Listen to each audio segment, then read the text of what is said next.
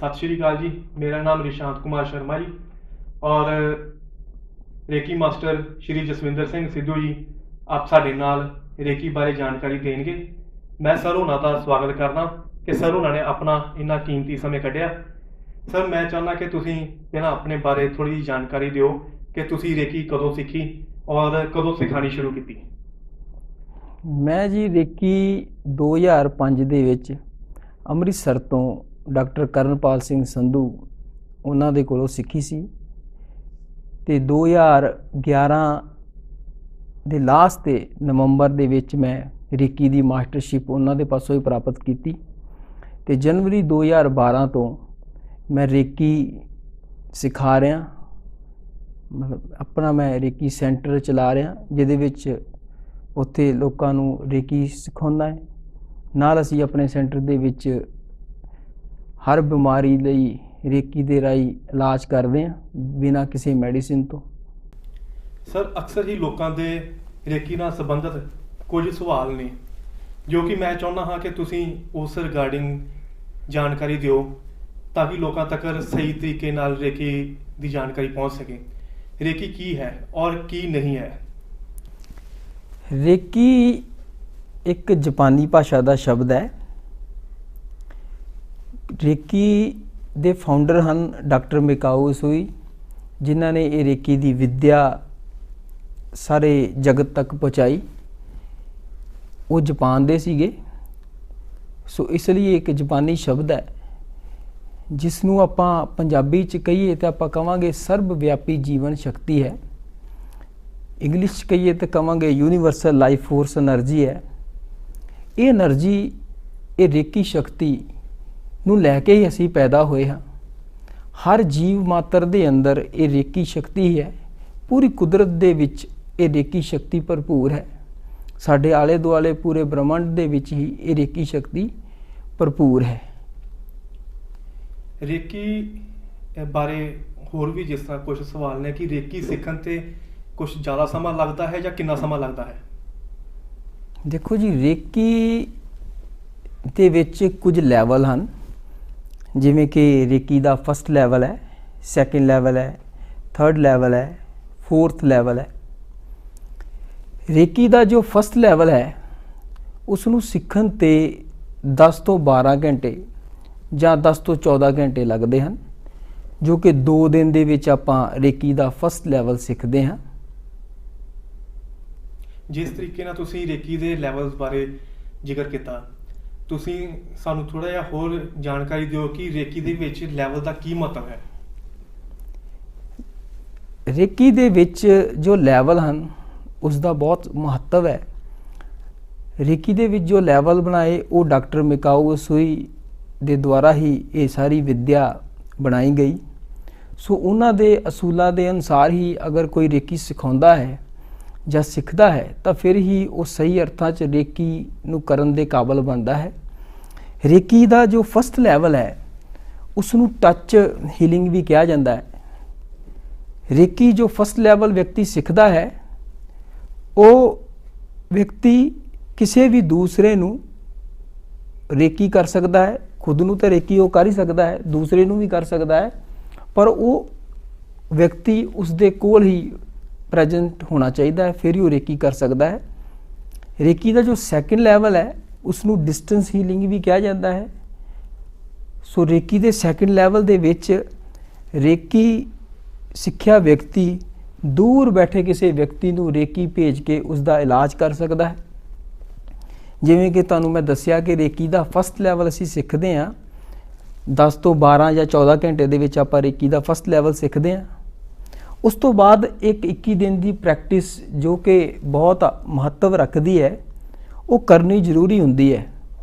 ਜੇ ਕੋਈ ਵਿਅਕਤੀ ਫਸਟ ਲੈਵਲ ਸਿੱਖਦਾ ਹੈ 2 ਦਿਨ ਦੇ ਵਿੱਚ ਉਸ ਤੋਂ ਬਾਅਦ 21 ਦਿਨ ਦੀ ਇੱਕ ਪ੍ਰੈਕਟਿਸ ਤੁਹਾਡੇ ਸਰੀਰ ਦੇ ਉੱਪਰ 24 ਪੁਆਇੰਟ ਤੁਹਾਨੂੰ ਦੱਸੇ ਜਾਂਦੇ ਹਨ ਜਿਸ ਦੇ ਉੱਪਰ ਤੁਸੀਂ ਰੇਕੀ ਕਰਦੇ ਹੋ। ਇੱਕ ਪੁਆਇੰਟ ਦੇ ਉੱਪਰ ਅਸੀਂ 3 ਮਿੰਟ ਮਿਨੀਮਮ ਰੇਕੀ ਕਰਦੇ ਹਾਂ।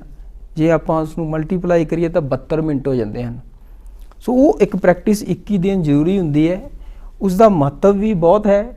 ਉਹ ਪ੍ਰੈਕਟਿਸ ਦੇ ਨਾਲ ਅਸੀਂ ਆਪਣੇ ਸਰੀਰ ਨੂੰ ਸਾਫ਼ ਕਰਦੇ ਹਾਂ, ਕਲੀਨ ਕਰਦੇ ਹਾਂ, ਆਪਣੇ ਔਰੇ ਦੀਆਂ એનર્ਜੀਜ਼ ਨੂੰ ਵਧਾਉਂਦੇ ਹਾਂ। ਉਸ ਤੋਂ ਬਾਅਦ ਹੀ ਅਸੀਂ ਰੇਕੀ ਦਾ ਸੈਕਿੰਡ ਲੈਵਲ ਅਟੇਨ ਕਰਨ ਦੇ ਕਾਬਲ ਹੁੰਦੇ ਹਾਂ, ਜੋ ਕਿ 21 ਦਿਨਾਂ ਬਾਅਦ ਸਿੱਖਿਆ ਜਾਂਦਾ ਹੈ। ਸੋ ਸੈਕਿੰਡ ਲੈਵਲ ਵੀ 2 ਦਿਨ ਦੇ ਵਿੱਚ ਹੀ 10 ਤੋਂ 12 ਘੰਟੇ ਦੇ ਵਿੱਚ ਹੀ ਸਿੱਖਿਆ ਜਾਂਦਾ ਹੈ। ਸੋ ਉਸ ਤੋਂ ਬਾਅਦ ਫਿਰ ਇੱਕ 21 ਦਿਨ ਦੀ ਪ੍ਰੈਕਟਿਸ ਕੀਤੀ ਜਾਂਦੀ ਹੈ। ਜੋ ਰੇਕੀ ਦਾ ਥਰਡ ਲੈਵਲ ਹੈ ਉਹ ਕੁਝ ਸਾਲਾਂ ਦੀ ਮਿਹਨਤ ਦੇ ਬਾਅਦ ਹੀ ਵਿਅਕਤੀ ਸਿੱਖ ਸਕਦਾ ਹੈ, ਸਿੱਖ ਪਾਉਂਦਾ ਹੈ। ਥਰਡ ਲੈਵਲ ਸਿੱਖਣ ਤੋਂ ਬਾਅਦ ਫਿਰ ਕੁਝ ਸਾਲਾਂ ਦੀ ਮਿਹਨਤ ਤੋਂ ਬਾਅਦ ਹੀ ਵਿਅਕਤੀ ਰੇਕੀ ਦਾ ਚੌਥਾ ਲੈਵਲ ਸਿੱਖ ਸਕਦਾ ਹੈ। ਜਿਸ ਤਰ੍ਹਾਂ ਸਰ ਤੁਸੀਂ ਜ਼ਿਕਰ ਕੀਤਾ ਕਿ ਸੈਕਿੰਡ ਡਿਗਰੀ ਦੇ ਵਿੱਚ ਆਪਾਂ ਦੂਰ ਤੋਂ ਕਿਸੇ ਨੂੰ ਵੀ ਹੀਲ ਕਰ ਸਕਦੇ ਹਾਂ। ਸਰ ਮੇਰਾ ਕੁਐਸਚਨ ਇਹ ਆ ਕਿ ਜਿਸ ਤਰੀਕੇ ਨਾਲ ਦੂਰ ਤੋਂ ਹੀਲ ਕਰ ਸਕਦੇ ਆ, ਕਿ ਇਸ ਤਰੀਕੇ ਨਾਲ ਦੂਰ ਤੋਂ ਸਿਖਾਇਆ ਵੀ ਜਾ ਸਕਦਾ, ਜਾਂ ਕਿਤਾਬਾਂ ਪੜ੍ਹ ਕੇ ਜਾਂ ਆਨਲਾਈਨ ਕਿਸੇ ਨੂੰ ਰੇਕੀ ਸਿਖਾਈ ਜਾ ਸਕਦੀ ਹੈ, ਜਾਂ ਫਿਰ ਕੌਣ ਰੇਕੀ ਸਿੱਖ ਸਕਦਾ? ਦੇਖੋ ਜੀ, ਰੇਕੀ 7 ਸਾਲ ਤੋਂ ਅਬਾਵ ਏਜ ਦਾ ਕੋਈ ਵੀ ਵਿਅਕਤੀ ਰੇਕੀ ਸਿੱਖ ਸਕਦਾ, ਚਾਹੇ ਉਹ ਪੜ੍ਹਿਆ ਲਿਖਿਆ ਹੈ, ਚਾਹੇ ਉਹ ਅਨਪੜ੍ਹ ਹੈ, ਚਾਹੇ ਉਹ ਕਿਸੇ ਵੀ ਪ੍ਰੋਫੈਸ਼ਨ ਦੇ ਨਾਲ ਸੰਬੰਧ ਰੱਖਦਾ ਹੈ, ਕੋਈ ਵੀ ਵਿਅਕਤੀ ਰੇਕੀ ਸਿੱਖ ਸਕਦਾ ਹੈ। ਇਸ ਦੇ ਵਿੱਚ ਕੋਈ ਦੋ ਰਾਏ ਨਹੀਂ ਵੀ ਕੌਣ ਵਿਅਕਤੀ ਸਿੱਖ ਸਕਦਾ ਹੈ। 7 ਸਾਲ ਤੋਂ ਅਬਾਵ ਏਜ ਦਾ ਕੋਈ ਵੀ ਵਿਅਕਤੀ ਰੇਕੀ ਸਿੱਖ ਸਕਦਾ ਹੈ। ਦੂਸਰੀ ਜੋ ਤੁਸੀਂ ਮੈਨੂੰ ਗੱਲ ਪੁੱਛੀ ਕਿ ਰੇਕੀ ਦੂਰੋਂ ਕੀਤੀ ਜਾ ਸਕਦੀ ਹੈ, ਪਰ ਕੀ ਸਿੱਖ ਵੀ ਸਕਦੇ ਹਾਂ? ਦੇਖੋ, ਰੇਕੀ ਦੂਰੋਂ ਨਾ ਤਾਂ ਸਿਖਾਈ ਜਾ ਸਕਦੀ ਹੈ, ਨਾ ਰੇਕੀ ਦੂਰੋਂ ਸਿੱਖੀ ਜਾ ਸਕਦੀ ਹੈ, ਨਾ ਰੇਕੀ ਤੁਸੀਂ ਕਿਤਾਬਾਂ ਪੜ੍ਹ ਕੇ ਸਿੱਖ ਸਕਦੇ ਹੋ। ਇੱਕ ਜ਼ਰੂਰੀ ਗੱਲ ਇਹ ਸਾਨੂੰ ਜਾਣਨ ਦੀ ਲੋੜ ਹੈ ਕਿ ਜਦੋਂ ਅਸੀਂ ਰੇਕੀ ਸਿੱਖਦੇ ਹਾਂ, ਰੇਕੀ ਦਾ ਫਸਟ ਲੈਵਲ ਸਿੱਖਦੇ ਹਾਂ 2 ਦਿਨ ਦੇ ਵਿੱਚ, ਉਸ ਦੇ ਵਿੱਚ ਰੇਕੀ ਮਾਸਟਰ ਦੁਆਰਾ ਇੱਕ ਜ਼ਰੂਰੀ ਪ੍ਰੋਸੈਸ ਕੀਤੀ ਜਾਂਦੀ ਹੈ ਜਿਸ ਨੂੰ ਅਸੀਂ ਇਨੀਸ਼ੀਏਸ਼ਨ ਕਹਿੰਦੇ ਹਾਂ ਜਾਂ ਅਟਿਊਨਮੈਂਟ ਕਹਿੰਦੇ ਹਾਂ, ਜਾਂ ਆਪਾਂ ਪੰਜਾਬੀ 'ਚ ਕਹੀਏ ਤੇ ਕਹਾਂਗੇ ਸ਼ਕਤੀਪਾਤ ਕੀਤਾ ਜਾਂਦਾ ਹੈ। ਉਸ ਸ਼ਕਤੀਪਾਤ ਦੀ ਬਹੁਤ ਮਹੱਤਵ ਹੈ। ਉਹ ਸ਼ਕਤੀਪਾਤ ਦੇ ਕੀਤੇ ਬਿਨਾ ਕੋਈ ਵਿਅਕਤੀ ਰੇਕੀ ਨਹੀਂ ਕਰ ਸਕਦਾ, ਜੋ ਕਿ ਇਹ ਅਟਿਊਨਮੈਂਟ ਜੋ ਹੈ, ਸ਼ਕਤੀਪਾਤ ਹੈ, ਇਹ ਦੂਰੋਂ ਕਰਨਾ ਸੰਭਵ ਨਹੀਂ ਹੈ। ਸੋ ਵਿਅਕਤੀ ਨੂੰ ਫਿਜ਼ੀਕਲ ਪ੍ਰੈਜ਼ੈਂਸ ਜੋ ਹੈ ਵਿਅਕਤੀ ਦੀ, ਉਹ ਬਹੁਤ ਜ਼ਰੂਰੀ ਹੁੰਦੀ ਹੈ। ਸੋ ਇਨੀਸ਼ੀਏਸ਼ਨ ਦਾ ਮਹੱਤਵ ਰੇਕੀ ਦੇ ਵਿੱਚ ਬਹੁਤ ਜ਼ਿਆਦਾ ਹੈ, ਜੋ ਕਿ ਅਗਰ ਕੋਈ ਸਹੀ ਤਰੀਕੇ ਦੇ ਨਾਲ ਡਾਕਟਰ ਮਿਕਾਓ ਉਸੂਈ ਦੇ ਅਸੂਲਾਂ ਦੇ ਉੱਤੇ ਚੱਲ ਕੇ ਉਸ ਸਿਸਟਮ ਨੂੰ ਫੋਲੋ ਕਰਦਾ ਹੈ ਤਾਂ ਉਹੀ ਰੇਕੀ ਮਾਸਟਰ ਕਿਸੇ ਦੂਸਰੇ ਨੂੰ ਇਨੀਸ਼ੀਏਟ ਕੀਤਾ ਜਾਂਦਾ ਹੈ ਜਾਂ ਕਰ ਸਕਦਾ ਹੈ। ਇਨੀਸ਼ੀਏਸ਼ਨ ਦੇ ਵਿੱਚ ਤੁਹਾਡੇ ਕੁਝ ਸ਼ਕਤੀ ਦੇ ਕੇਂਦਰ ਹੁੰਦੇ ਹਨ ਜਿਨ੍ਹਾਂ ਨੂੰ ਅਸੀਂ ਚੱਕਰਾਸ ਬੋਲਦੇ ਹਨ। ਉਸ ਦੇ ਵਿੱਚ ਉਹਨਾਂ ਚੱਕਰਾਸ ਨੂੰ ਐਕਟੀਵੇਟ ਕੀਤਾ ਜਾਂਦਾ ਹੈ। ਜੋ ਫਸਟ ਲੈਵਲ ਦੀ ਇਨੀਸ਼ੀਏਸ਼ਨ ਹੈ ਇਹ 2 ਹਿੱਸਿਆਂ ਦੇ ਵਿੱਚ ਹੁੰਦੀ ਹੈ। ਫਸਟ ਡੇ ਅਸੀਂ ਇਨੀਸ਼ੀਏਸ਼ਨ ਕਰਦੇ ਹਾਂ ਕਿਸੇ ਦੀ, ਤਾਂ ਮਿਨੀਮਮ ਜੋ ਡਾਕਟਰ ਮਿਕਾਓ ਉਸੂਈ ਦਾ ਸਿਸਟਮ ਹੈ ਉਹਦੇ ਅਕੋਰਡਿੰਗ 12 ਘੰਟੇ ਦਾ ਉਹਦੇ ਵਿੱਚ ਗੈਪ ਚਾਹੀਦਾ ਹੈ। 12 ਘੰਟੇ ਤੋਂ ਬਾਅਦ ਤੁਸੀਂ ਫਿਰ ਸੈਕਿੰਡ ਡੇ ਇਨੀਸ਼ੀਏਸ਼ਨ ਕਰਕੇ ਉਸ ਈਵੈਂਟ ਨੂੰ ਅਸੀਂ ਕੰਪਲੀਟ ਕਰਦੇ ਹਾਂ। ਉਸ ਇਨੀਸ਼ੀਏਸ਼ਨ ਹੋਣ ਤੋਂ ਬਾਅਦ ਹੀ ਵਿਅਕਤੀ એનર્ਜੀ ਨੂੰ ਵੱਧ ਮਾਤਰਾ ਦੇ ਵਿੱਚ ਆਪਣੇ ਅੰਦਰ ਉਤਾਰਨ ਦੇ ਕਾਬਲ ਹੋ ਜਾਂਦਾ ਹੈ। ਉਸ ਦੇ ਹੱਥਾਂ ਦੇ ਵਿੱਚ ਦੀ ਉਹ એનર્ਜੀ ਦਾ ਫਲੋ ਚੱਲ ਪੈਂਦਾ ਹੈ। ਉਸ ਤੋਂ ਬਾਅਦ ਹੀ ਕੋਈ ਵਿਅਕਤੀ ਆਪਣੇ ਆਪ ਨੂੰ ਜਾਂ ਕਿਸੇ ਦੂਸਰੇ ਨੂੰ ਰੇਕੀ ਕਰਨ ਦੇ ਕਾਬਲ ਹੋ ਜਾਂਦਾ ਹੈ। ਜ਼ਿਆਦਾਤਰ ਲੋਕ ਸੋਚਦੇ ਹਨ ਕਿ ਅਸੀਂ ਕਿਤਾਬ ਪੜ੍ਹ ਕੇ ਸਿੱਖ ਲਵਾਂਗੇ ਜਾਂ ਡਿਸਟੈਂਸ ਤੋਂ ਅਸੀਂ ਰੇਕੀ ਸਿੱਖ ਲਵਾਂਗੇ। ਸੋ ਐਸਾ ਸੰਭਵ ਨਹੀਂ ਹੈ, ਕਿਉਂਕਿ ਡਿਸਟੈਂਸ ਤੋਂ ਅਟਿਊਨਮੈਂਟ ਕਰਨਾ, ਸ਼ਕਤੀਪਾਤ ਕਰਨਾ ਸੰਭਵ ਨਹੀਂ ਹੈ। ਜਿਸ ਤਰ੍ਹਾਂ ਰੇਕੀ ਬਾਰੇ ਜ਼ਿਕਰ ਹੋ ਰਿਹਾ ਹੈ, ਔਰ ਮੇਰਾ ਖੁਦ ਦਾ ਮੰਨਣਾ ਹੈ ਕਿ ਇਸ ਦਾ ਲਾਈਫ ਦੇ ਵਿੱਚ ਬਹੁਤ ਹੀ ਮਹੱਤਵ ਹੈ। ਮੈਂ ਇਹ ਜਾਣਨਾ ਚਾਹੁੰਦਾ ਹਾਂ ਕਿ ਰੇਕੀ ਕਿਸ ਨੂੰ ਕੀਤੀ ਜਾ ਸਕਦੀ ਹੈ ਔਰ ਇਸ ਦੇ ਸਿੱਖਣ ਦੇ ਕੀ ਫਾਇਦੇ ਹਨ? ਰੇਕੀ ਅਸੀਂ ਮਨੁੱਖਾਂ ਨੂੰ ਤਾਂ ਕਰ ਹੀ ਸਕਦੇ ਹਾਂ। ਰੇਕੀ ਦੇ ਨਾਲ ਅਸੀਂ ਕਿਸੇ ਵੀ ਤਰ੍ਹਾਂ ਦੀ ਬਿਮਾਰੀ ਦਾ ਇਲਾਜ ਕਰ ਸਕਦੇ ਹਾਂ ਵਿਦਆਊਟ ਐਨੀ ਮੈਡੀਕੇਸ਼ਨ। ਕਿਸੇ ਵੀ ਮੈਡੀਸਿਨ ਤੋਂ ਬਿਨਾਂ ਅਸੀਂ ਰੇਕੀ ਦੇ ਨਾਲ ਕਿਸੇ ਵੀ ਬਿਮਾਰੀ ਦਾ ਇਲਾਜ ਕਰ ਸਕਦੇ ਹਾਂ। ਸੋ ਰੇਕੀ ਅਸੀਂ ਕਿਸ ਨੂੰ ਕਰ ਸਕਦੇ ਹਾਂ? ਰੇਕੀ ਅਸੀਂ ਮਨੁੱਖਾਂ ਨੂੰ ਤਾਂ ਕਰ ਸਕਦੇ ਹਾਂ, ਜਿਵੇਂ ਮੈਂ ਤੁਹਾਨੂੰ ਦੱਸਿਆ। ਰੇਕੀ ਅਸੀਂ ਜਾਨਵਰਾਂ ਨੂੰ ਕਰ ਸਕਦੇ ਹਾਂ। ਰੇਕੀ ਅਸੀਂ ਪੰਛੀਆਂ ਨੂੰ ਕਰ ਸਕਦੇ ਹਾਂ। ਰੇਕੀ ਅਸੀਂ ਫਸਲਾਂ ਨੂੰ ਕਰ ਸਕਦੇ ਹਾਂ। ਰੇਕੀ ਅਸੀਂ ਫੁੱਲਾਂ ਨੂੰ ਕਰ ਸਕਦੇ ਹਾਂ। ਰੇਕੀ ਨੂੰ ਅਸੀਂ ਈਵਨ ਕਿ ਨਾਨ ਲਿਵਿੰਗ ਥਿੰਗਸ, ਮਸ਼ੀਨਸ ਨੂੰ ਰੇਕੀ ਦੇ ਕੇ ਉਹਨਾਂ ਦੀ ਪਰਫਾਰਮੈਂਸ ਨੂੰ, ਉਹਨਾਂ ਦੀ ਲਾਈਫ ਨੂੰ ਅਸੀਂ ਐਨਹਾਂਸ ਕਰਾ ਸਕਦੇ ਹਾਂ। ਦੂਸਰਾ ਜੋ ਤੁਸੀਂ ਮੈਨੂੰ ਪੁੱਛਿਆ ਕਿ ਰੇਕੀ ਸਿੱਖਣ ਦੇ ਕੀ ਫਾਇਦੇ ਹਨ। ਹਾਂਜੀ। ਦੇਖੋ, ਰੇਕੀ ਸਿੱਖਣ ਦੇ ਅਣਗਿਣਤ ਹੀ ਫਾਇਦੇ ਹਨ। ਅੱਜ ਦੇ ਸਮੇਂ ਦੇ ਵਿੱਚ ਆਪਾਂ ਦੇਖਦੇ ਹਾਂ, ਤੁਸੀਂ ਵੀ ਦੇਖਦੇ ਹੋ ਕਿ ਆਲੇ ਦੁਆਲੇ ਬਿਮਾਰੀਆਂ ਜੋ ਹਨ ਉਹ ਬਹੁਤ ਜ਼ਿਆਦਾ ਵੱਧ ਚੁੱਕੀਆਂ ਹਨ। ਰੇਕੀ ਦੇ ਨਾਲ ਅਸੀਂ ਆਪਣੇ ਫਿਜ਼ੀਕਲ ਬਾਡੀ ਨੂੰ ਤਾਂ ਹੀਲ ਕਰਦੇ ਹਾਂ, ਰੇਕੀ ਦੇ ਨਾਲ ਅਸੀਂ ਆਪਣੀ ਮੈਂਟਲ ਬਾਡੀ, ਆਪਣੇ ਮਨ ਨੂੰ ਵੀ ਹੀਲ ਕਰਨਾ ਸਿੱਖਦੇ ਹਾਂ। ਰੇਕੀ ਦੇ ਨਾਲ ਅਸੀਂ ਆਪਣੀ ਆਤਮਾ ਨੂੰ ਜਗਾਉਣਾ ਸਿੱਖਦੇ ਹਾਂ। ਰੇਕੀ ਦੇ ਨਾਲ ਅਸੀਂ ਆਪਣੀ ਸਪਿਰਚੁਅਲ ਡਿਵੈਲਪਮੈਂਟ ਕਰਨਾ ਸਿੱਖਦੇ ਹਾਂ। ਰੇਕੀ ਦੇ ਨਾਲ ਅਸੀਂ ਅਸਾਧਿਆ ਰੋਗ, ਜਿਹਨੂੰ ਕਿ ਅਸੀਂ ਕ੍ਰੋਨਿਕਲ ਡਿਜ਼ੀਜ਼ ਬੋਲਦੇ ਹਾਂ, ਜਿਵੇਂ ਕੈਂਸਰ ਹੋ ਗਿਆ, ਕਾਲਾ ਪੀਲੀਆ ਹੋ ਗਿਆ, ਹੈਪੇਟਾਈਟਿਸ ਸੀ ਹੋ ਗਿਆ, ਸ਼ੂਗਰ ਵਰਗੇ ਰੋਗ ਜੋ ਕਿ ਇਲਾਜ ਬਿਮਾਰੀਆਂ ਹਨ, ਐਸੇ ਬਿਮਾਰੀਆਂ ਨੂੰ, ਐਸੇ ਰੋਗਾਂ ਨੂੰ ਅਸੀਂ ਰੇਕੀ ਦੇ ਨਾਲ ਠੀਕ ਕਰ ਸਕਦੇ ਹਾਂ। ਰੇਕੀ ਦੇ ਨਾਲ ਅਸੀਂ ਆਪਣੇ ਮਨ ਦੇ ਜੋ ਵਿਚਾਰ ਹਨ, ਜਾਂ ਮੈਂ ਦੂਸਰੇ ਅਰਥਾਂ 'ਚ ਕਹਾਂ ਕਿ ਨੈਗੇਟਿਵ ਥਾਟਸ ਜੋ ਸਾਡੇ ਅੰਦਰ ਹਨ, ਉਹਨਾਂ ਤੋਂ ਅਸੀਂ ਮੁਕਤੀ ਪਾ ਸਕਦੇ ਹਾਂ।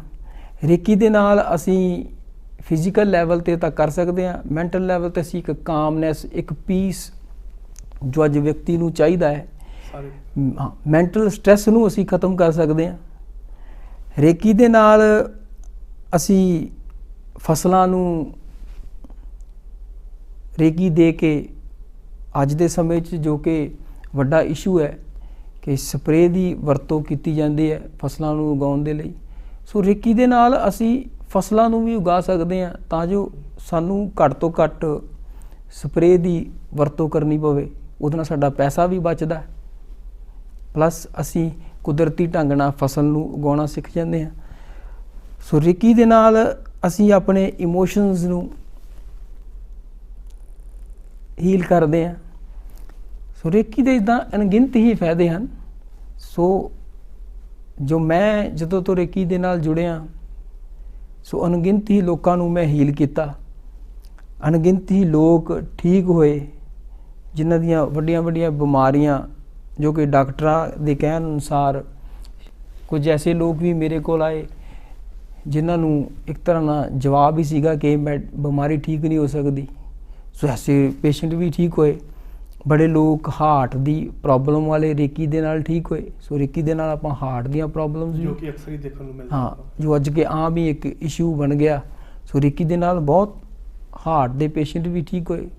ਸੋ ਰੇਕੀ ਦੇ ਨਾਲ ਤੁਸੀਂ ਕਿਸੇ ਵੀ ਤਰ੍ਹਾਂ ਦੀ ਆਪਣੀ ਬਿਮਾਰੀ ਨੂੰ ਠੀਕ ਕਰ ਸਕਦੇ ਹੋ। ਇੱਕ ਐਸਾ ਗੁਣ ਹੈ ਕਿ ਤੁਸੀਂ ਖੁਦ ਨੂੰ ਤਾਂ ਕਰ ਸਕਦੇ ਹੋ, ਤੁਸੀਂ ਦੂਸਰਿਆਂ ਨੂੰ ਵੀ ਰੇਕੀ ਦੇ ਨਾਲ ਠੀਕ ਕਰ ਸਕਦੇ ਹੋ। ਜਿਵੇਂ ਮੈਂ ਕਿਹਾ ਕਿ ਮਨੁੱਖਾਂ ਨੂੰ ਤੇ ਕਰ ਸਕਦੇ ਹੋ, ਜਾਨਵਰਾਂ ਤੱਕ ਨੂੰ ਹੀਲ ਕਰ ਸਕਦੇ ਹੋ, ਪੰਛੀਆਂ ਨੂੰ ਕਰ ਸਕਦੇ ਹੋ, ਫਸਲਾਂ ਨੂੰ ਕਰ ਸਕਦੇ ਹੋ, ਰੁੱਖਾਂ ਨੂੰ ਕਰ ਸਕਦੇ ਹੋ। ਸਰ, ਰੇਕੀ ਬਾਰੇ ਜੋ ਤੁਸੀਂ ਮਹੱਤਵਪੂਰਨ ਜਾਣਕਾਰੀ ਦਿੱਤੀ ਔਰ ਜੋ ਆਪਣਾ ਕੀਮਤੀ ਸਮੇਂ ਕੱਢਿਆ, ਮੈਂ ਉਹਦੇ ਲਈ ਤੁਹਾਡਾ ਧੰਨਵਾਦ ਕਰਦਾ ਜੀ। ਮੈਂ ਵੀ ਜੀ ਰੇਕੀ ਸ਼ਕਤੀ ਦਾ ਸਭ ਤੋਂ ਪਹਿਲਾਂ ਧੰਨਵਾਦ ਕਰਦਾ। ਇਸ ਰੇਕੀ ਸ਼ਕਤੀ ਦੇ ਕਰਕੇ ਅਸੀਂ ਇੱਥੇ ਬੈਠੇ ਹਾਂ। ਸੋ ਮੈਂ ਰੇਕੀ ਸ਼ਕਤੀ ਦਾ ਧੰਨਵਾਦ ਕਰਦਾ, ਆਪਣੇ ਗੁਰੂ ਡਾਕਟਰ ਕਰਨਪਾਲ ਸਿੰਘ ਸੰਧੂ ਜਿਨ੍ਹਾਂ ਨੇ ਕਿ ਮੈਨੂੰ ਇਹ ਵਿੱਦਿਆ ਸਿਖਾਈ। ਸੋ ਮੈਂ ਉਹਨਾਂ ਦਾ ਬਹੁਤ ਧੰਨਵਾਦ ਕਰਦਾ। ਅਤੇ ਮੈਂ ਧੰਨਵਾਦ ਕਰਦਾ ਜੀ ਡਾਕਟਰ ਮਿਕਾਓ ਸੂਈ ਜੀ ਦਾ, ਜਿਨ੍ਹਾਂ ਨੇ ਇਹ ਵਿੱਦਿਆ ਦਾ ਆਰੰਭ ਕੀਤਾ। ਸੋ ਤੁਹਾਡਾ ਵੀ ਬਹੁਤ ਧੰਨਵਾਦ ਕਰਦਾ ਜੀ। Thank you very much.